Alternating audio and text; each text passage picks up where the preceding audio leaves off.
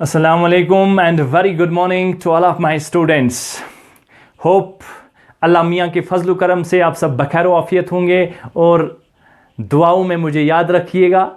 आज जो मैं आपके लिए 12th स्टैंडर्ड के लिए एक ब्यूटीफुल सा चैप्टर लेके आया हूँ, मॉडर्न फिज़िक्स का बहुत ही इम्पोर्टेंट चैप्टर सेमीकंडक्टर फिज़िक्स, जिसको आप इलेक्ट्रॉनिक डिवाइसेस से अपने सिलेबस पर देखते हैं। और सेमीकंडक्टर की फ़िज़िक्स की दुनिया इतनी ब्यूटीफुल दुनिया है और आपको पढ़ने में बहुत ही मज़ा आएगा। कब? जब पढ़ाने वाला है मुझ जैसा होगा, ठीक है। और इस पूरे चैप्टर को आज मेरा इंट्रोडक्शन है। सेमीकंडक्टर्स होते क्या हैं, इनकी प्रॉपर्टीज़ क्या है, कंडक्टर्स से ये क्यों अच्छे, हमारे पास ब्यूटीफुल सी चीज़ें सेमीकंडक्टर से बनी हुई मिलती हैं, ठीक है। मेरे हाथ में मोबाइल फ़ोन है, ये सेमीकंडक्टर्स हैं, ठीक है। ये सेमीकंडक्टर से बना हुआ है और इस पूरे चैप्टर को वॉच करिएगा आप लोग। मेरे सारे स्टूडेंट्स मेरी YouTube चैनल पर बने रहिए ताकि आपको सीरीज़ वाइज ये लेक्चर्स मिलें और आप अच्छा फील करेंगे, ठीक है। जी हाँ दोस्तों, बने रहिए मेरे साथ मेरी YouTube चैनल इंजीनियर फैसल गुलजार में। Thank you. इलेक्ट्रॉनिक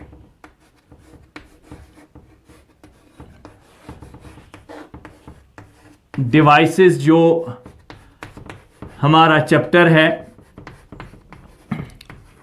और इसी इलेक्ट्रॉनिक डिवाइसेस को इलेक्ट्रॉनिक्स बेसिकली सेमीकंडक्टर्स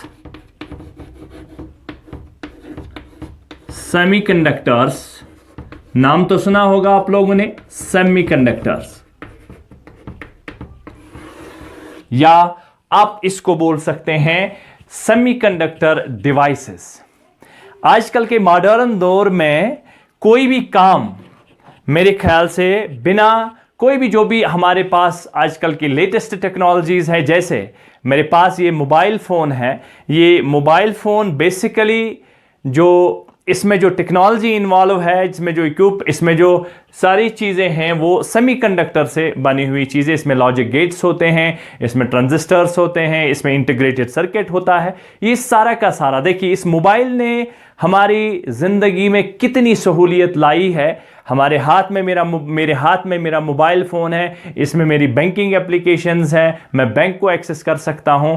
क्या क्या नहीं मैं कर सकता है। कोई भी फ्रेंड हो जो मेरे अमेरिका में बैठा हुआ है, इसको मैं 1 मिनट में कम्युनिकेट कर सकता हूं, वीडियो कॉलिंग कर सकता हूं। और ये बहुत सारे फेसबुक जो सब कुछ है, फेसबुक, व्हाट्सएप, इतनी सारी एप्लीकेशंस जो हैं, तो सेमीकंडक्टर्स के बिना इट इज़ इम्पॉसिबल, हम ऐसा नहीं कर सकते थे। तो इसमें आजकल के जो हमारे इलेक्ट्रॉनिक डिवाइसेस आते हैं, एलईडीज आते हैं, एलसीडीज आते हैं, जो भी इलेक्ट्रॉनिक इक्विपमेंट है, तो सेमीकंडक्टर टेक्नोलॉजी इसमें इन्वॉल्व है। आज हम इसी सेमीकंडक्टर टेक्नोलॉजी पर बात करेंगे। तो बेसिकली जो अगर बात की जाए सेमीकंडक्टर्स, तो सेमीकंडक्टर्स को अगर हम एक्सप्लेन करें, अगर हम इसको डिफाइन करें on the basis of electrical properties, तो सेमीकंडक्टर्स बेसिकली क्या होते हैं? Semiconductors whose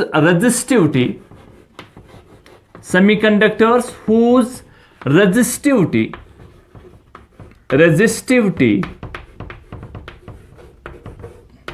lies in between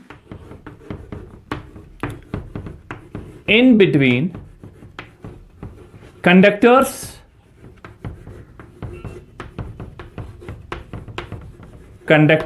and insulators। हमारे पास जो मटेरियल्स होते हैं, तो 3 तरह से हमारे पास मटेरियल्स होते हैं।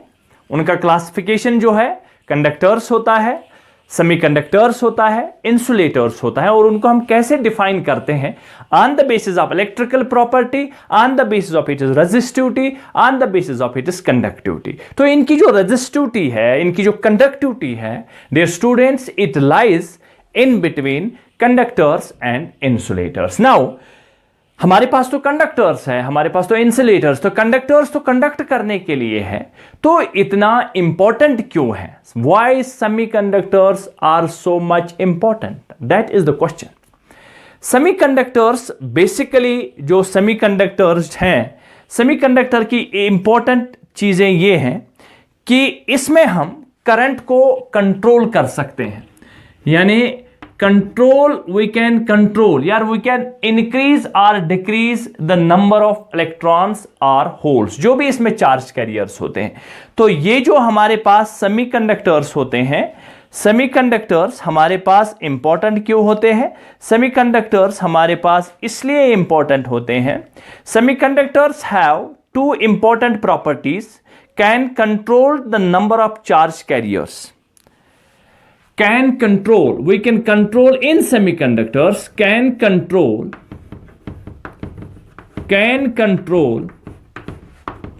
the number of,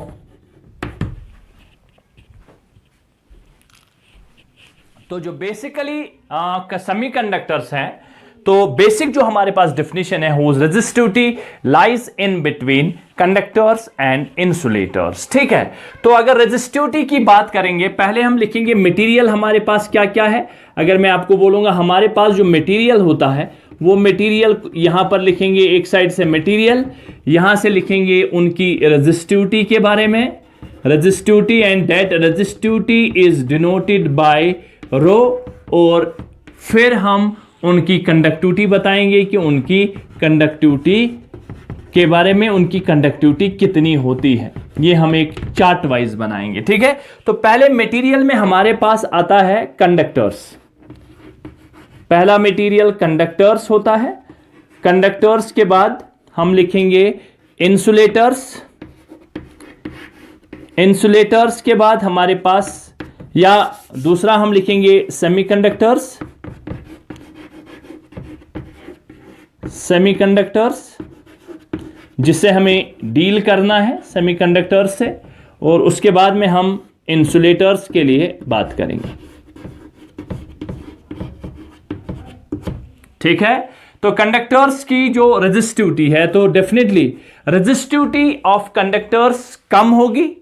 ये रेजिस्टिविटी जो है होती है, ये होता है 10⁻²। ये रेजिस्टिविटी जो होती है, ये होती है 10⁻² से लेकर 10⁻8 ओहम मीटर। ये इसकी रेजिस्टिविटी होती है कंडक्टर्स की। देखिए, कंडक्टर्स की जो रेजिस्टिविटी है 10⁻, तो it is very very very less, और ये बहुत छोटा होता है, क्योंकि कंडक्टर्स हैं, कंडक्टर्स में जो अपोजिशन है वो बहुत कम होता है, और ना के बराबर होता है 10⁻²।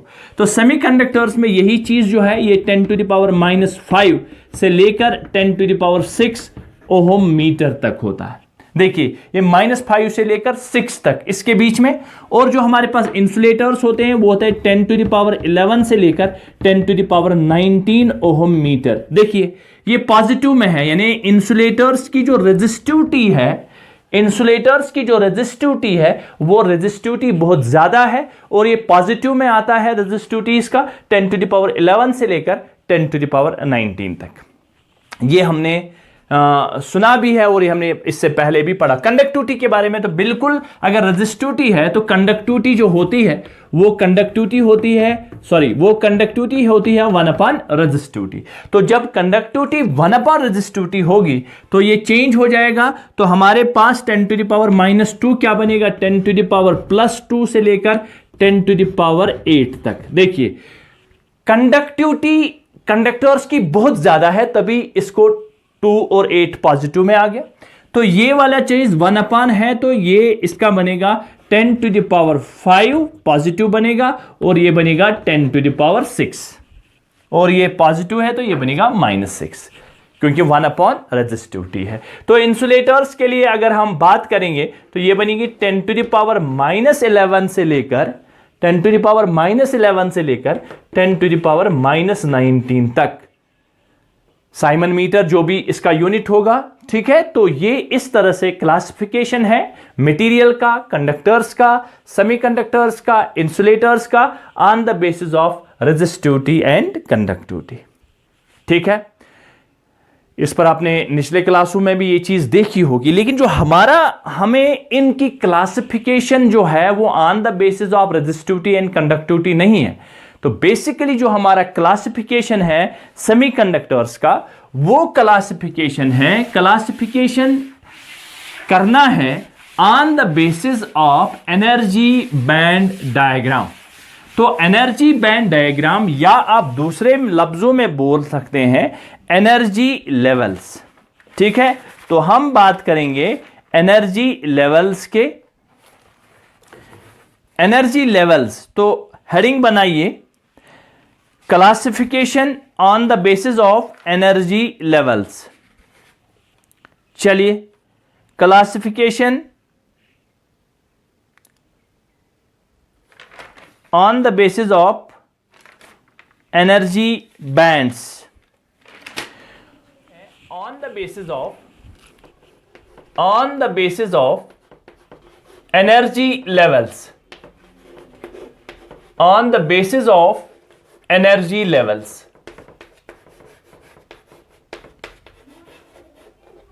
on the basis of energy levels, on the basis of energy levels or on the basis of energy diagram। Energy diagram के बेसिस पर हमें इनका क्लासिफिकेशन करना है। देखिए, तो उसके लिए मैं आपको पहले बिल्कुल एक कंसेप्ट समझाता हूं कि ये एनर्जी लेवल्स हमारे पास कैसे आते हैं। तो मोस्ट जो हमारे पास सेमीकंडक्टर्स होते हैं, वो सेमीकंडक्टर जो है, बहुत सारे सेमीकंडक्टर्स है, ऑर्गेनिक, इनऑर्गेनिक, लेकिन हम बात करेंगे जो हमें बेसिक इस पूरे चैप्टर में जिन सेमीकंडक्टर से हमें डील करना है, वो सेमीकंडक्टर्स हैं सिलिकॉन, सिलिकॉन एंड जर्मेनियम।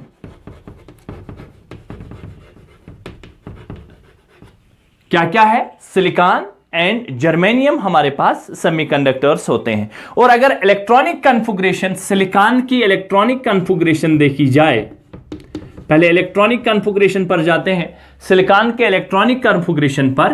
तो इलेक्ट्रॉनिक तो +14, ठीक है। तो पहले वाले ऑर्बिट में इसके जो इलेक्ट्रॉन रहेंगे वो 2 इलेक्ट्रॉन रहेंगे, दूसरे वाले ऑर्बिट में 2 8 रहेंगे, 1 2 3 4 5 6 7 8। और इसकी इलेक्ट्रॉनिक कॉन्फ़िगरेशन क्या है? 2 8। और लास्ट वाले में कितने बचे हैं? 8 और 2 कितने हो गए? 10। तो लास्ट वाले में, इसके लास्ट वाले शेल में कितने बचेंगे? वो बचेंगे हमारे पास, लास्ट वाले शेल में 2 बचेंगे, सॉरी 4 बचेंगे, क्योंकि 14 है ना। ये मैंने आपको किसका बना के दिया? Electronic configuration, that is silicon, electronic configuration of silicon. तो पहले 2, फिर 8, फिर लास्ट वाले में कितने हैं? 4। Let's have a look on germanium. अगर जर्मेनियम की बात की जाए, तो जर्मेनियम में हमारे पास जो इलेक्ट्रॉनिक कॉन्फ़िगरेशन बनेगी, तो उसमें पॉजिटिव कितने होते हैं जर्मेनियम में? That is 22। तो 22 यहां पर पॉजिटिव। तो पहली वाली शेल में इसके कितने होंगे? पहली वाली शेल में 2 होंगे, दूसरी वाली शेल में 8 होंगे, ये दूसरी वाली शेल 2 3 4 5 6 7 और 8। तो इसका जो तीसरा वाला शेल होगा, उस शेल में भी 8 रहेंगे, 1 2 3 4 5 6 7 8। तो जो लास्ट वाला शेल है, इसमें हमारे पास रहेंगी 2 8 8 16 18 और 4, लास्ट वाले में 4। तो ये वाला लास्ट वाला शेल जो होगा, इस लास्ट वाले शेल में हमारे पास कितने होंगे? 1 2 3 एंड 4। अब देखिए इंपॉर्टेंट बात क्या है। तो इसमें सिलिकॉन बेसिकली क्या है? सिलिकॉन हमारे पास है सेमीकंडक्टर, और हमारे पास जर्मेनियम क्या है? ये जर्मेनियम भी हमारे पास एक सेमीकंडक्टर है, जर्मेनियम भी हमारे पास सेमीकंडक्टर है। और देखिए लास्ट वाले ऑर्बिट में, जिस ऑर्बिट को आप वैलेंस शेल बोलते हो, ये वैलेंस शेल में अगर आप देखेंगे तो वैलेंस शेल के दोनों, जो लास्ट वाली शेल है वैलेंस शेल, उसमें 4 इलेक्ट्रॉन है। तो this is the basic requirement of a semiconductor, that its last shell या that is valence shell consists of 4 electrons, and that means जो भी सेमीकंडक्टर होगा उनके लास्ट वाले शेल में 4 इलेक्ट्रॉन्स होंगे, राइट। तो ये तो बेसिक फर्स्ट बेसिक रिक्वायरमेंट है। नाउ लेकिन अगर आप देखेंगे सिलिकॉन का मैंने एक एटम लिया और जर्मेनियम का मैंने एक एटम लिया, तो ये जो हम अलग एक एटम लेते हैं, अलग एक एटम लेते हैं, ये भी अलग, ये भी अलग, इसको बोलते हैं आइसोलेटेड एटम। तो ये वाला एटम जो होगा इसको हम नाम देंगे आइसोलेटेड। आइसोलेटेड एटम बोले तो आइसोलेटेड एटम का मतलब है कि इसको आजू बाजू नेबरिंग्स में और कोई एटम नहीं है, उससे इस पर कोई फर्क नहीं पड़ेगा, क्योंकि अलग है, बाहर से इस पर कोई फर्क, वेदर फोर्सेस, कोई एटम और होगा उस पर फोर्सेस लगाएगा, वो नहीं है। हमने खाली किसको लिया है, एक आइसोलेटेड एटम की हमने बात की। ठीक है, अब ध्यान से देखिए, ये मैंने आइसोलेटेड एटम की बात की। अगर हम अब आइसोलेटेड एटम को बहुत सारे एटम्स को मिला के अगर हम एक क्रिस्टल बनाएंगे, एक क्रिस्टल स्ट्रक्चर बनाएंगे, कौन सा स्ट्रक्चर बनाएंगे, क्रिस्टल स्ट्रक्चर। क्रिस्टल स्ट्रक्चर क्या है कि हम बहुत सारे एटम्स, देखिए ये मैं यहां पर एक कॉन्फ़िगरेशन बनाता हूं,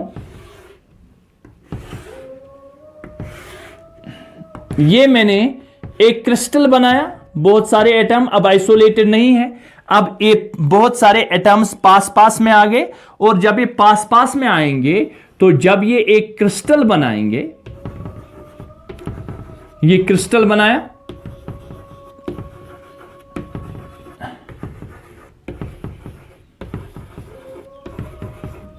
सिलिकॉन मान लो, ये सारे एटम जो है सिलिकॉन के एटम है और एक क्रिस्टल स्ट्रक्चर में आ गए, पास पास में आ गए। तो जब ये पास पास में आएंगे तो ये क्या करेंगे, ध्यान से देखिए। जब दो, फिलहाल मैं दो की बात करता हूं, अगर एक सिलिकॉन ये है, इस सिलिकॉन के लास्ट वाले शेल की बात करेंगे, हमें जो भी खेल खेलना है, हमें जो भी कंसेप्ट आपको समझाना है, वो हम लास्ट वाले इलेक्ट्रॉन के से समझाएंगे, लास्ट वाले ऑर्बिट से समझाएंगे। मान लो लास्ट वाले ऑर्बिट में हमारे पास कितने इलेक्ट्रॉन हैं, लास्ट वाले ऑर्बिट में हमारे पास 4 इलेक्ट्रॉन हैं।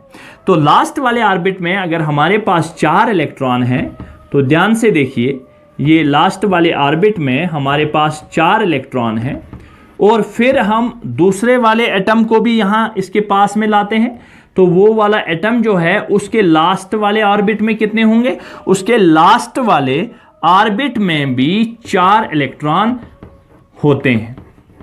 अब ये 4 इलेक्ट्रॉन क्या काम करते हैं, ये रिवॉल्व करते हैं, ये अपनी वैलेंसी, ठीक है, ये मेंटेन रखते हैं अपनी वैलेंसी, ऐसे घूमते हैं। लेकिन मैक्सिमम कितने हो सकते हैं, मैक्सिमम कितने हो सकते हैं। और एक बात इस आइसोलेटेड एटम की फिर से मैं आपका ध्यान लेके जाना चाहता हूं। अगर ये मेरे पास एक एटम है, ये मेरे पास लास्ट वाले शेल में इलेक्ट्रॉन है, इन इलेक्ट्रॉन के पास एनर्जी सेम होगी या डिफरेंट होगी। एक्चुअली में जो एनर्जी होती है वो डिफरेंट होती है, लेकिन यहां पर हम मान के चलते हैं कि इनका डिफरेंस, यानी इसका इसका इसका और इसका, इनका डिफरेंस ना के बराबर है। तो मान लो इन सब इलेक्ट्रॉन के पास सेम एनर्जी है, एक पर्टिकुलर वैलेंस ऑर्बिट में जब ये रहते हैं तो इनके पास एक एनर्जी का लेवल रहता है, कुछ एनर्जी रहती है, मान लो इनके पास सेम एनर्जी है। लेकिन जब हम इसी को एक क्रिस्टल बनाते हैं, जब एक दूसरे के पास में ये आते हैं, तो there is a redistribution of energy, redistribution of energy, यानी अब इनकी एनर्जी सेम नहीं रहती है। देखिए तो क्या होता है, जब ये इलेक्ट्रॉन यहां पर आ जाता है तो ये यहां वैलेंसी का काम करता है, ऐसे करके ये घूमता है, और साथ साथ में जब ये इसके पास आ जाता है तो ये ऐसे इसके भी चक्कर लगा देता है। ऐसा क्यों करता है, ये बांड बनाना चाहता है, पेयरिंग करता है, शेयरिंग करता है। ऐसा क्यों करता है शेयरिंग, क्योंकि इसके लास्ट वाले ऑर्बिट में basically how many number of electron should be there, 8 electron should be there. इसीलिए अपना बैलेंस रखने के लिए, स्टेबल होने के लिए ये चाहता है कि मेरे पास 8 आ जाएं। इसी तरह से ये यहां से शेयरिंग करके एक इलेक्ट्रॉन ऐसे इसमें घूमता है, तो इसमें कितने आ गए, 5। तो यहां से और एक एटम, जैसे ये इनका हम एक क्रिस्टल बनाते हैं, तो यहां पर और एक एटम होगा, वो एटम का भी यहां इलेक्ट्रॉन होगा, वो तो अपनी वैलेंसी का काम करता है और साथ साथ में एक चक्कर यहां भी घुमा लेता है ऐसे। ये 2 हो गए, यहां पर और एक होगा, वो ऐसे करता होगा, ऐसे करके यहां से किसी और को खींचेगा, ये ऐसे करके यहां से किसी को खींचेगा और फिर यहां से ऐसे खींचेगा। इस तरह से 8 बनाने के लिए ये नेबरिंग एटम्स के साथ शेयरिंग करता है, उनके साथ पेयर बनाता है, बॉन्ड बनाता है, और यहां पर ये पेयरिंग करता है ऐसे करके, ये पेयर बनाता है ऐसे करके, ये ऐसे करके पेयर बनाता है, ताकि इसके लास्ट वाले स्टेबल रहने के लिए, स्टेबल होने के लिए ये लास्ट वाले जो इलेक्ट्रॉन, लास्ट वाला जो ऑर्बिट है, उस ऑर्बिट में 8 होने चाहिए।